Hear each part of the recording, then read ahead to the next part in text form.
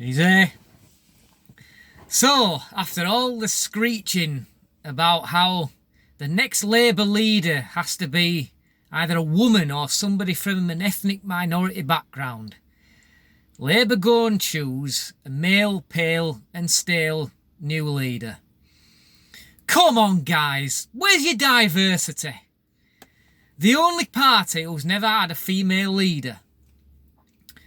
And yet they still go and choose Keir Starmer. Oh, sorry, Sir Keir Starmer.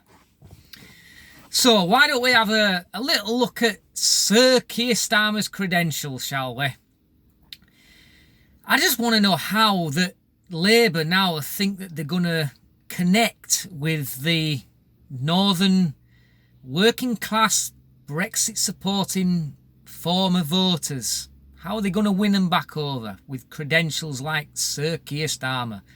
This is a London-based ultra-remainer, millionaire, former lawyer, former director of the Crown Prosecution Service. The very same Crown Prosecution Service under his leadership that decided that there was not enough evidence to prosecute Jimmy Savile. Not enough evidence. It was also not enough evidence to take further action against the black cab rapist John Warboys. So I just want to know where they go from here now, Labour. I mean, what are they going to do to win back these people? And not only is he a ultra-remainer, that he was the one who moulded their pre-election strategy to renegotiate a new deal with the EU and then put it to a referendum. In other words, completely ignoring the wishes of the British people. I mean, you know, they weren't just misinterpreting what people said, they were willfully ignoring it.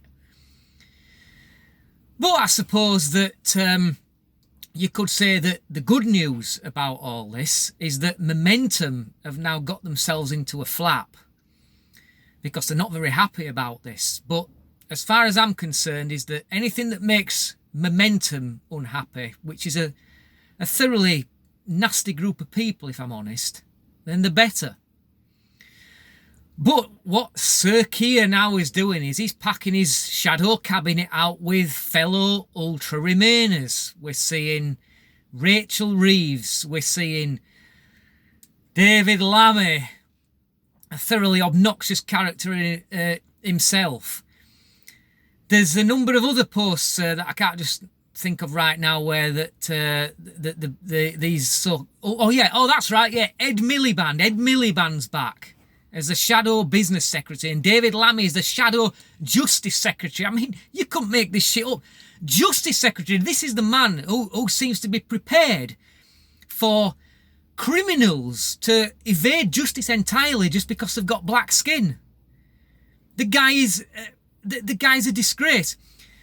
And Sir Keir is one of these people who has been rewarded for failure time and time again. And now he's managed to bag himself the leadership job, probably because the other options were just so terrible. They were just more Corbyn continuation. And I think the Labour Party felt that they had little choice but to vote him in, to be honest. But I think it's quite telling now that the turnout for the voting for the Labour leadership was pretty abysmal.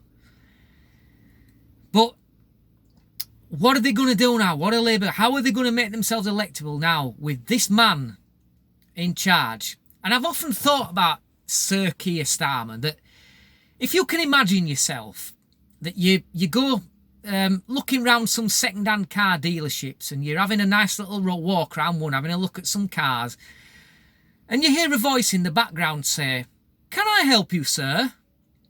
And you turn round and you see Sir Keir Starmer. I'll tell you what I'd do. I'd simply say, "No thanks, mate," and I'd get the hell out of there right fast, because he just looks like a shifty bastard. He looks like a guy that you cannot trust. So what do you reckon then? Where did they go from here?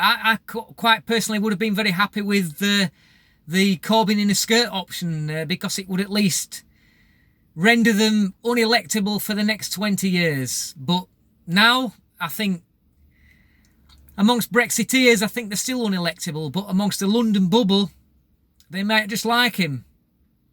But how's he going to reconnect? How is he going to reconnect these voters in the north of England? I just don't know. He's got a mammoth task on his hands. I'd say good luck to the guy, if I'm honest, but I just think that he's a terrible, terrible option for a party who is supposed to be the party for the working class people of the UK. He's so out of touch, it's just impossible to comprehend. Thank you for watching. Till next time. Easy.